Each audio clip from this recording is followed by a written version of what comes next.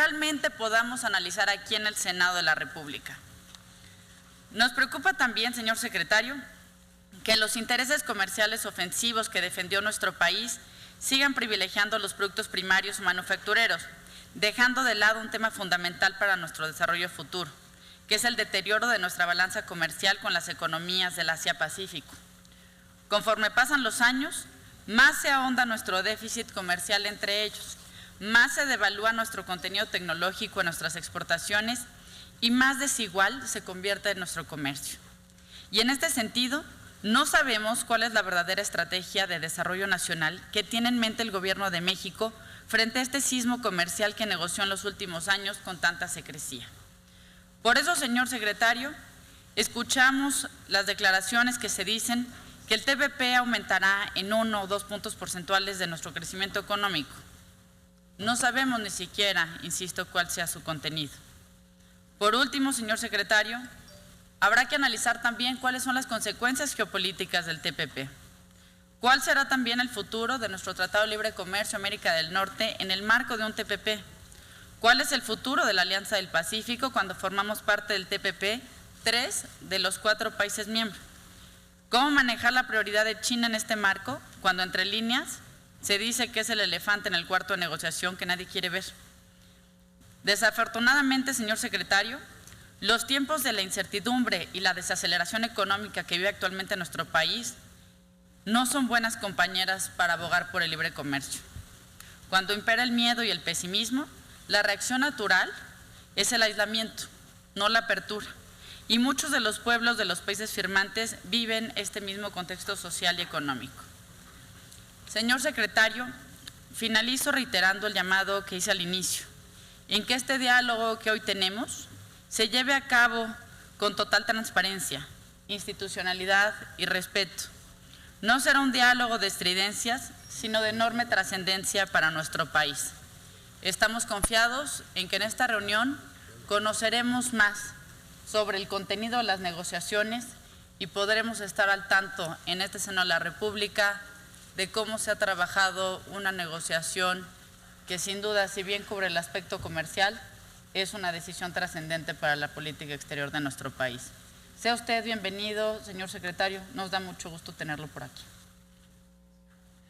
Muchas gracias, senadora Cuevas. Este diálogo es organizado por 5 comisiones. La Comisión de Relaciones Exteriores, que preside la senadora Gabriela Cuevas, la Comisión de Comercio y Fomento Industrial, la Comisión de Relaciones Exteriores Asia-Pacífico, que preside el senador Teófilo Torres Corzo, la Comisión de Relaciones América del Norte, que preside la senadora Marcela Guerra, la Comisión de Fomento Económico, que preside el senador Ascensión Orihuela, y la Comisión de Relaciones América Latina, que preside la senadora Mariana Gómez del Campo. Agradezco también la presencia del subsecretario de Comercio Exterior, Francisco Rosenzweig. Bienvenido. Y explico la mecánica de la reunión. Se trata de un diálogo y quiere privilegiar precisamente el diálogo, de tal forma que enseguida habrá una exposición del señor secretario, aproximadamente unos 15 minutos sobre el TPP, y enseguida, a petición en el orden que se vayan inscribiendo, podrán intervenir para hacer preguntas y haremos bloques de 2 o 3 preguntas para optimizar el diálogo que se vaya dando en torno a este tema. Bienvenida también a la senadora Mariana Gómez del Campo. Sí, queda anotada. Adelante, señor secretario, bienvenido. Lo primero, agradecer infinitamente esta oportunidad que me propicia la convocatoria que hace el Senado de la República a través de las 5 comisiones ya mencionadas, agradeciendo a sus presidentes, 6 comisiones, tiene usted razón, señor senador, la senadora Gabriela Cuevas, presidente de Relaciones Exteriores, el senador Héctor Larios, presidente de la Comisión de Comercio y Fomento, el senador Teófilo Torres de Asia Pacífico, la senadora Marcela Guerra de la Comisión de América del Norte, la senadora Mariana Gómez del Campo de la Comisión de América Latina y el senador Orihuela, presidente de la Comisión de Fomento Económico. Sin duda, el tema amerita la participación activa de esas comisiones. Agradezco la presencia de todos los miembros de esas comisiones y en particular de quien preside la Junta de Coordinación Política, el senador Gamboa. Gracias por acompañarnos. Empezaré rápidamente, si ustedes me lo permiten, con una presentación que les preparamos para tratar de optimizar el tiempo. La primera lámina de esta presentación hace referencia a lo que la política de comercio exterior, diseñada desde fines de los 80 con la incorporación al GATT, pero acentuada con la apertura en el Tratado de Libre Comercio de América del Norte, implicó desde el punto de vista de comercio exterior. En las barras verdes ustedes pueden observar la evolución del comercio total de México a través del tiempo. Observarán que si toman como punto de referencia el año previo a la implementación del Tratado de Libre Comercio de América del Norte, se ha multiplicado por 8 aproximadamente las exportaciones y el comercio integral total aproximadamente por 7.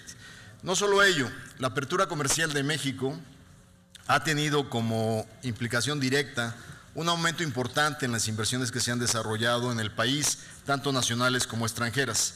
La inversión extranjera se está mostrando en esta lámina a través de las barras rojas y se ve una evolución en el tiempo, en promedios por periodos que nos llevan antes del Tratado de Libre Comercio de América del Norte en un promedio aproximadamente de 5,000 millones de dólares. Entre el año 2000 y entre el año 94 y el año 2000, aproximadamente 11.5 miles de millones de dólares. Posteriormente a 24.3 miles de millones a partir del 2000 al 2012. Y justamente a partir del 2013, 2014 y 2015 estamos estimando un promedio de 31.300 millones de dólares. Es evidente que ha habido un cambio estructural en el dinamismo de la inversión que se genera en el país con creación de empleos productivos y bien remunerados a partir de la apertura comercial. La siguiente lámina nos muestra algo que indicaba precisamente la senadora Cuevas en su discurso de bienvenida, donde apuntaba sobre el dinamismo que ha ocasionado el comercio con Asia. Ustedes en esas barras observan que nuestro comercio con el mundo en los últimos 5 años ha crecido alrededor de un 33% tanto en importaciones como en exportaciones. Pero al dividirlo por regiones observamos que el comercio con la región Asia-Pacífico ha aumentado en 62% nuestras exportaciones y en 33% nuestras importaciones. Obviamente la base no es una base tan fuerte como lo es en la región de América del Norte, pero la dinámica refleja que la región Asia-Pacífico es una de las regiones con mayor crecimiento en el mundo y era necesario fortalecer ese pilar en el contexto de la política de comercio exterior de México. La siguiente lámina nos da un contexto de qué representa en la región TPP y la importancia de la integración de este bloque comercial. Representamos conjuntamente estos dos países el 36% del Producto Interno Bruto Mundial, el 25% del comercio consolidado y captamos casi 1/3 de la inversión extranjera directa que se genera en el mundo. Los círculos concéntricos nos reflejan cómo son conjuntos contenidos. TLC de América del Norte en el centro, dentro de TPP, y TPP, las dos economías, son parte de la relación de APEC. En los mapas se reflejan iluminados en verde las dos economías que representan la integración del TPP. En la siguiente lámina hacemos un recorrido rápido con visión aérea prácticamente de lo que ha sido la historia del comercio internacional de México. Si tomamos como punto de partida el parteaguas que representó el Tratado de Libre Comercio de América del Norte en 1994, ustedes podrán observar que a partir de ahí México eslabona una serie de acuerdos internacionales que empiezan después del TLC de América del Norte con el de Colombia, con el de Chile, con el de Israel, el de Unión Europea, que fue el primero en las Américas con el que firmó la Unión Europea, el de los países EFTA en el 2001, después Uruguay en el 2004, para seguir con Japón en el 2005, Perú en el 2012, Centroamérica el integral en el 2013. A partir de que inicia la administración del presidente Enrique Peña Nieto, ustedes tuvieron a bien aprobar el tratado con Panamá, tienen a su consideración el Tratado de Alianza Pacífico que integra a Perú, Chile, Colombia y México, y está en proceso de firma el Tratado del Pacífico, el Acuerdo de Asociación Estratégica del Pacífico, el TPP, que estará eventualmente el próximo año a su consideración. Adicionalmente se encuentran en estos momentos negociándose Turquía y Jordania, al mismo tiempo que se profundizará a partir de enero el acuerdo con la Unión Europea y se ampliará el ACE 53 con Brasil como un esquema estratégico. En este esquema ustedes pueden observar que en este momento, a partir del el Tratado de Libre Comercio de América del Norte, tenemos 11 tratados con 46 naciones que nos integran al 58% del Producto Interno Bruto Mundial, con más de 1.150 millones de consumidores. En esta lámina estamos prácticamente resumiendo el marco de la política comercial de México con el mundo. La siguiente lámina es propiamente el punto de partida con la responsabilidad que tenemos de venirles a informar a ustedes, señores senadores y senadoras, el cierre de negociaciones. ¿Qué representaba para México integrarse al TPP? Primero, si bien al cierre del siglo XX, el Tratado de Libre Comercio de América del Norte fue el paradigma que definió la plataforma de comercio internacional y que inspiró más de 500 tratados que posteriormente se registraron en la Organización Mundial del Comercio, que definió las nuevas disciplinas del comercio internacional, hoy en el siglo XXI, sin duda el TPP será el tratado que define las nuevas plataformas de integración comercial, avanzando muy por arriba de la velocidad que lleva actualmente la Ronda de Doha en el contexto de la multilateralidad representada por la Organización Mundial del Comercio. ¿Qué nos da el TPP en este contexto? En primer lugar, nos permite consolidar las ventajas que habíamos logrado hace 20 años en el Tratado de Libre Comercio de América del Norte. Habernos quedado afuera representaría no haber tenido la pluma en la mano para diseñar los capítulos que iban a definir las nuevas reglas del comercio. Hubiera representado dejar la portería abierta para que nos golearan los países asiáticos en la penetración en el mercado norteamericano. Hubiéramos descuidado el interés nacional de lo que logramos desde el punto de vista de integración productiva en América del Norte. Es el primer elemento fundamental que tenemos que tener en mente. El segundo elemento, sin duda, en este contexto, tiene que ver con el hecho de que si bien hemos logrado, como Estado mexicano, un programa de integración de América del Norte que no es solo libre comercio, sino es integración productiva, donde producimos cosas conjuntamente que compiten en el mundo, hemos diseñado una agenda de mejoría en los términos de costos productivos para hacer más eficiente América del Norte. Al sur, la asociación estratégica con países modernos, abiertos, que nos permitirán mandar un mensaje de integración hacia América Latina. Hacia el este, una Europa que sin duda nos obliga a modernizar nuestro tratado para ponerlo a la altura del recientemente negociado por Canadá y del que está negociando en estos momentos Estados Unidos.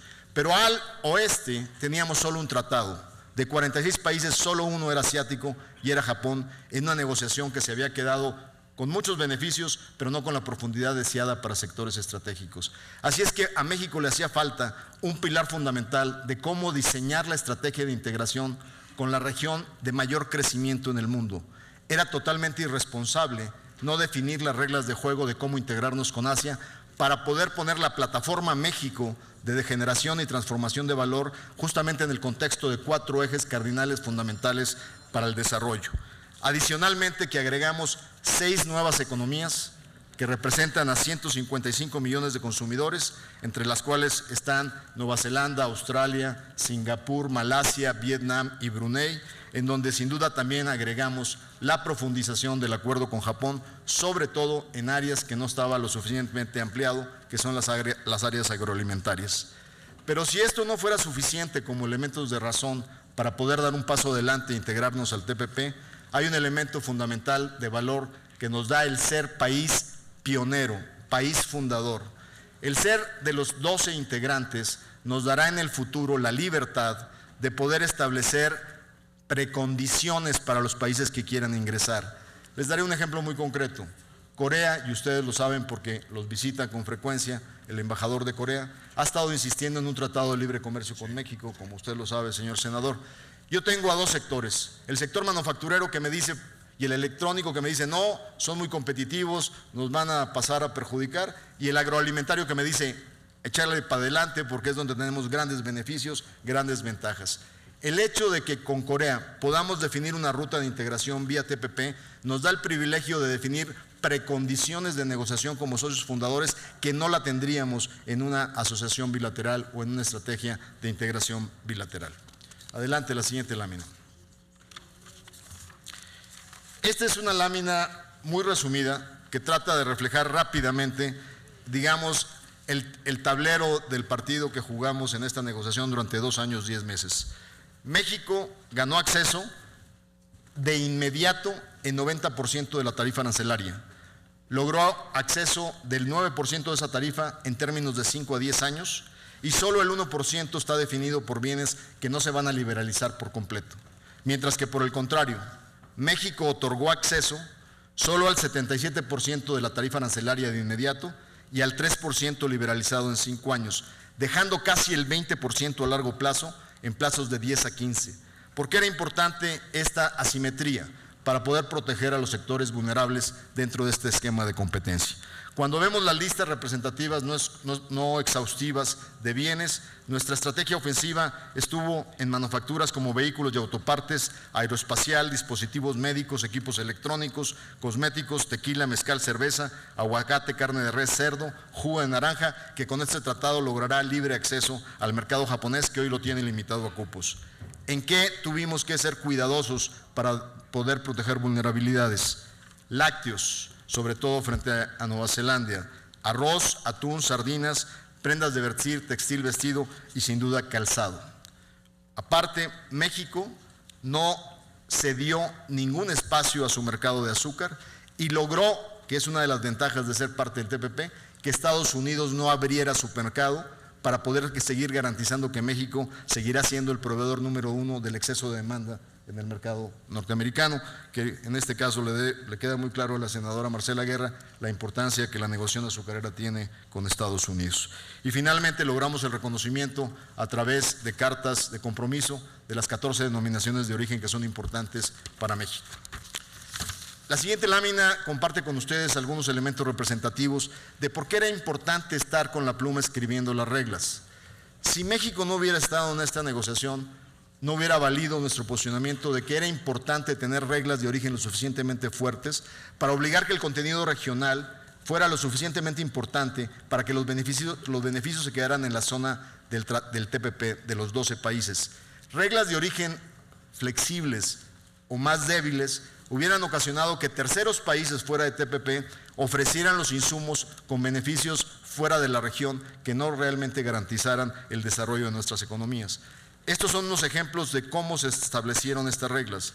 Por ejemplo, en vehículos, y ustedes lo saben porque se comentó públicamente, cuando llegamos a la penúltima ronda de negociaciones que se creyó era la última, la de Hawái, y ahí nos acompañaron justamente una representación muy importante de ustedes, del senador Teófilo Torres y de la senadora Marcela Guerra, y ellos fueron testigos de cómo nos sorprendieron los japoneses y los americanos con un acuerdo bilateral en reglas de origen que bajaba el contenido regional al 30%, y fueron testigos de cómo México endureció la pierna y reventó esa negociación e impidió el cierre de las negociaciones, lo cual nos tomó 3 rondas adicionales sectoriales para poder subir un 50% el contenido regional con el mandato que nos dio la industria automotriz y de autopartes.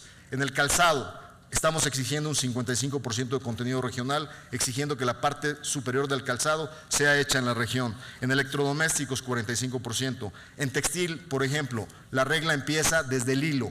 No es posible que se importe de otros países de Asia fuera de TPP elementos textiles para debilitar nuestras capacidades productivas. Se acordó una lista de escaso abasto para aquellos textiles que no tenemos capacidades productivas suficientes y para no inhibir la confección dentro de la región. La regla de origen es como el famoso lema, ni tanto que queme al santo, ni tan poquito que no lo alumbre. Una regla de origen exagerada limita las capacidades productivas de una nación y sin duda frena la competitividad país. Por lo tanto, el punto medio es el punto más importante para poder seguir derivando beneficios. En la siguiente diapositiva presentamos muy esquemáticamente un capítulo innovador que no correspondía nunca, aparecía en los tratados de libre comercio, y es el de empresas propiedad del Estado. Se llama empresas propiedad del Estado porque regula que cuando un país está metido en la economía produciendo bienes que producen empresas privadas, esas empresas deben de sujetarse a condiciones de mercado. Y ese es el caso donde un capítulo de esta naturaleza es de naturaleza ofensiva para los empresarios mexicanos. ¿Por qué?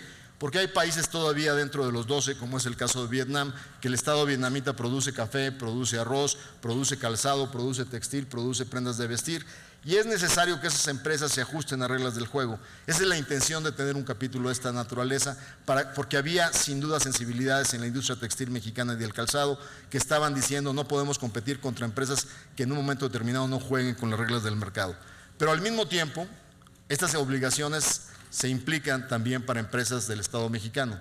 Y ahí lo que hicimos fue reservar de manera cuidadosa justamente los mandatos que ustedes nos dieron en la reforma energética para no estar sujetos o vulnerables a que nos reclamen por compras nacionales de Pemex o de CFE que fueran mandatadas en la reforma constitucional. De tal manera que también hicimos reservas atendiendo justamente el marco legal mexicano imperante.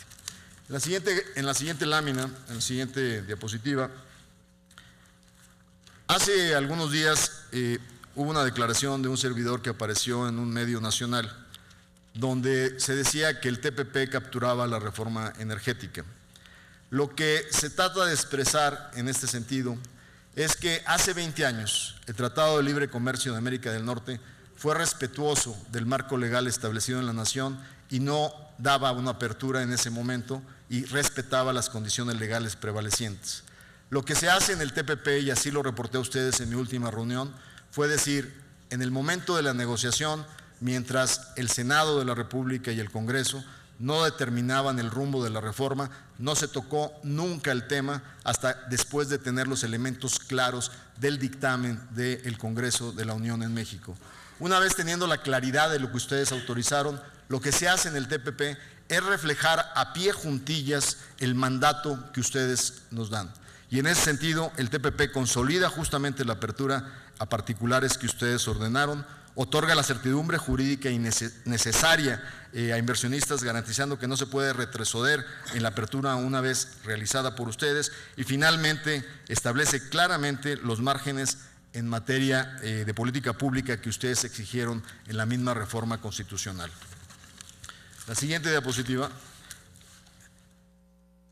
Hay un tema que ha sido muy controversial en el debate público en materia del TPP.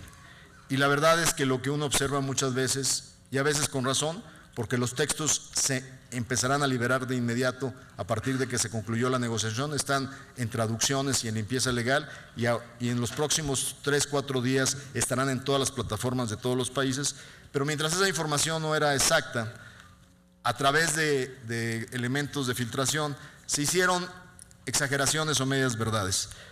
En el caso específico de propiedad intelectual en materia de farmacéuticos y medicamentos, primero, TPP no extiende más allá de lo que hoy la Organización Mundial de Comercio permite. El marco es el mismo que otorga la multilateralidad. Segundo, en TPP lo que se discutió fueron los términos de lo que le llamábamos protección de datos. Cuando una empresa registra un producto, inicia investigación sobre una acción, un medicamento, lo que establecen es un periodo de protección que los llevan hasta salir al mercado, y al salir al mercado hay una cláusula de protección de datos. Es un estándar casi internacional que para farmacéuticos, químicos, son de 5 años. En el caso de biotecnológicos era el gran debate y era la gran discusión. Los biotecnológicos son los medicamentos del siglo XXI, y en esa discusión empezamos en dos extremos. Estados Unidos, que tiene hoy en sus leyes 12 años de protección de datos, y el resto de los países que considerábamos que 12 años era un término demasiado exagerado y amplio. Pero el debate es interesante, porque debemos de entender que si bien utópicamente pudiéramos pedir 0 años de protección a datos, lo que estaríamos dando es un balazo en el pie al impedir que en México se comercializaran medicamentos eficientes y de menor costo en el término de vida que lo que representan los farmacoquímicos. Habría que determinar años mínimos de incentivo para provocar la innovación y el registro en México de nuevos medicamentos. Y el mejor ejemplo me lo dieron justamente en COFEPRIS, quien nos acompañó en esta negociación, el caso de la hepatitis C. Hoy en día la hepatitis C no se cura con farmacoquímicos.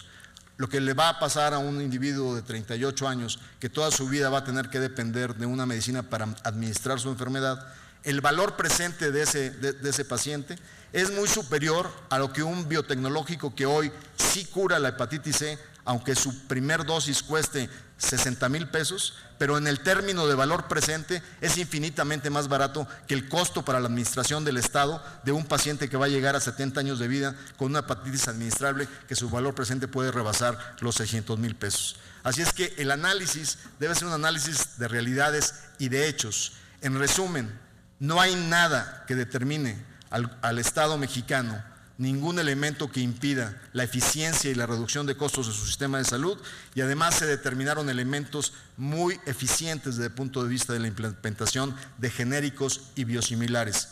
¿Qué quiere decir esto? Se utilizó una cláusula donde a partir de cualquier momento que inicie la protección de datos, una empresa de biosimilares puede pedir acceso a la fórmula para empezar a hacer sus pruebas y estar lista en el día 1 del término de la patente para salir inmediatamente al mercado a poder comercializar. Independientemente de este tipo de elementos y otros que se lograron por el reconocimiento de la eficiencia de COFEPRIS, por ejemplo, se pedía en la negociación que hubiera una consideración de extensión de patentes por retrasos indebidos de la autoridad. COFEPRIS demostró que es una de las agencias más eficientes en el contexto de los 12 países y lo que se logró es que se excluye a México de esos ajustes porque demuestra la existencia de procedimientos expeditos y cualquier país que lo imite puede lograr una eliminación de extensión de patentes por retrasos indebidos. Y otro elemento fundamental, se alegaba que cuando un medicamento es descubierto para un uso y en un momento determinado se descubre que sirve para otro tema, ustedes recordarán algunos de ellos con mucha claridad, se descubrieron para curar una enfermedad y luego fueron buenos para otra cosa. Esa solicitud de extensión de patentes definitivamente no se consideró debido a que cuando es el mismo uso se excluye definitivamente la apertura o la ampliación de protección de datos para patentes de usos alternativos. Adicionalmente, México logra periodos de transición o ajustes que van dependiendo de cada tema en 4.5 años para patentes, 4,5 años para patentes y 5 años de transición para implementar el tema de protección de datos. Otro tema controvertido en materia de propiedad intelectual en el entorno digital. En ese tema, quiero decirles primero que en esta negociación se garantiza el derecho del usuario, el acceso a la información y libertad de expresión y la reserva a la privacidad es absoluta. Protege datos personales y mantiene la neutralidad de la red. No hay nada en esta negociación que atente contra la libertad de expresión o que atente contra el libre uso de las redes en Internet para los usuarios que hoy la utilizan. Lo que sí se hace es lograr un balance entre la protección de los derechos de usuarios y los autores y compositores y productores que tienen derechos de propiedad sobre su creación. Y eso es algo que encarecidamente nos pidieron los autores y compositores de México y los que tienen propiedad creativa que proteger.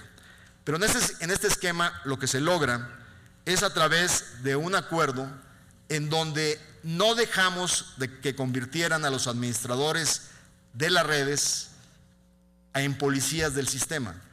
O sea, no aceptamos que quien tenga la responsabilidad directa de determinar la legalidad del uso de o el ilícito de un derecho de autor sea quien administre la red. Le damos un papel a la autoridad, ya sea al INPI o al IFETEL, para que en un procedimiento determine aquel elemento que se defina que se tiene que bajar de la red. Una vez que se baje, se dirima cuál es la legalidad del autor que lo ha exigido, para beneficio obviamente del respeto a la creación y el incentivo al talento y a la creatividad. Para ello también establecimos un periodo de 3 años de transición.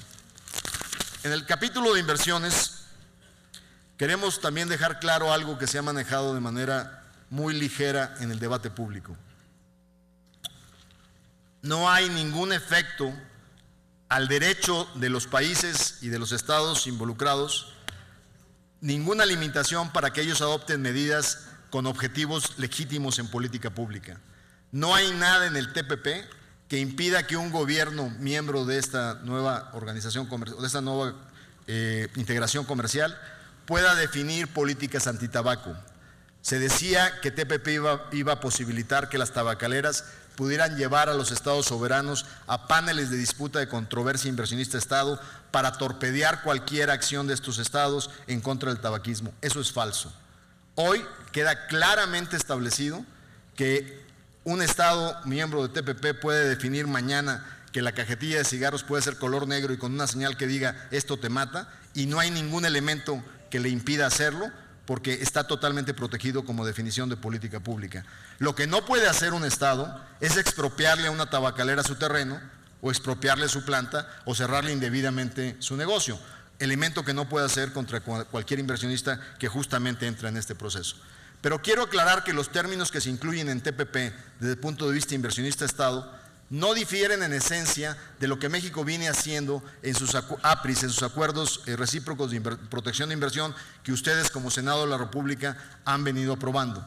Elementos que sin duda han sido efectivos para poder atraer inversión extranjera directa. Aún me atrevería a decir, en NAFTA, en el Tratado de Libre Comercio de América del Norte, después de 20 años de haber acumulado inversiones millonarias, hemos tenido una cantidad mínima de casos, y sobre todo la mayoría ganados por el Estado mexicano, que no representan una cantidad significativa en estas controversias en tribunales internacionales.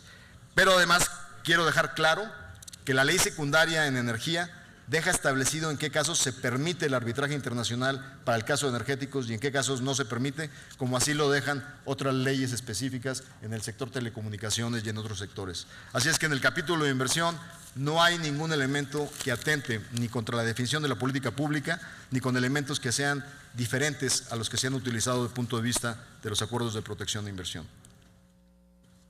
En el siguiente lámina, tenemos que simplemente en servicios financieros se asegura la capacidad de regular plenamente los mercados y las instituciones financieras y se consolida el marco jurídico existente, incluyendo compromisos sobre comercio transfronterizo de sistemas de electrónicos de pagos con tarjeta. Hubo un debate sobre la exigencia de que hubiera reglas para no utilizar la política cambiaria como un mecanismo para hacer atractivas las exportaciones de un país. Y en ese sentido se hizo un diálogo que no está incorporado formalmente en el TPP, pero está acordado con los 12 países, en los cuales se exige fundamentalmente reglas de transparencia en el manejo de reservas y de la política cambiaria para evitar que la manipulación cambiaria pueda ser utilizada como instrumento de competitividad distorsionante. Lo que no se permite es que esto sea utilizado para violar la autonomía con la que los países deben de utilizar su política monetaria y su política cambiaria para la conducción económica. Finalmente, hay un par de temas más. Anticorrupción es el siguiente capítulo. Es el primer tratado que México firma, en el cual se incluye un capítulo específico sobre anticorrupción, en donde se obliga a los países a adoptar leyes para combatir la corrupción y exige que aquellos que ya las tienen no hagan degradación de las mismas, pueden hacer mejoramiento de las mismas, pero no degradación de las mismas, y estos cambios sí pueden estar sujetos a elementos de arbitraje y controversia. Así es que es el primer tratado internacional que incluye un capítulo específico para garantizar esquemas anticorrupción. ¿Por qué es importante en esto en el comercio internacional? Porque esto tiene incidencia sobre los flujos de inversión y el comportamiento ético y responsable de los conglomerados internacionales. Otro capítulo que fue una novedad en negociaciones internacionales es incluir el capítulo de comercio electrónico, que era importante. Hace 20 años con NAFTA no existía la importancia de un capítulo de comercio electrónico. Hoy es fundamental y prácticamente incluye elementos como facilitación libre de flujo de datos, impedir requisitos de localización forzada, no discrimina productos digitales en cuanto a su tratamiento arancelario y sobre todo lo hicimos congruente con nuestra estrategia de digital nacional. El siguiente capítulo fue el capítulo de pymes, de las pequeñas y medianas empresas. Incorporamos un capítulo para fomentar la integración de las pymes a las cadenas de valor del comercio y poderlo hacer efectivo. Aquí me gustaría hacer simplemente un elemento importante. Hoy la posibilidad de incorporar las pymes a las cadenas de valor están en mejor posición de lo que estuvieron hace 20 años. Y eso es gracias a cómo las reformas estructurales que ustedes aprobaron empareja el terreno de juego para la participación de las pequeñas y medianas. Hace 20 años sin esas reformas era imposible lograrlo. perdón, me estoy excediendo, pero prefiero ser comprensivo.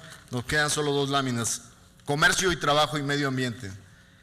Hay 2 capítulos que en el Tratado de Libre Comercio fueron considerados fuera del tratado. Hoy estos capítulos están sujetos a las mismas reglas del comercio. Aquí no se solicita poder respetar leyes extraterritoriales. Lo que se exige es que los países cumplan sus propios marcos legales en terreno medioambiental y en terreno laboral. Esto es ahora importante porque 20 años después para México es un elemento fundamental para poderlo reflejar, y en el momento del diálogo con ustedes podremos incursionar más sobre esto.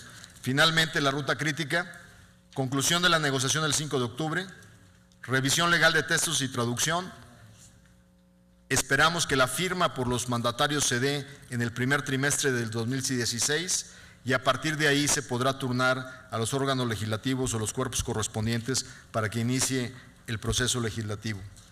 En concreto, estamos tomando un acuerdo para que, independientemente de lo que tome la formalidad legal de los textos, se suba a más tardar la próxima semana o al fin de esta semana los textos negociados que están en las próximas horas listos en su versión en inglés. Inmediatamente estamos trabajando en su versión en español para que se suban a las plataformas a disponibilidad de ustedes y en su momento del público interesado. Muchísimas gracias. Bien, muchas gracias, secretario. Para proceder a la siguiente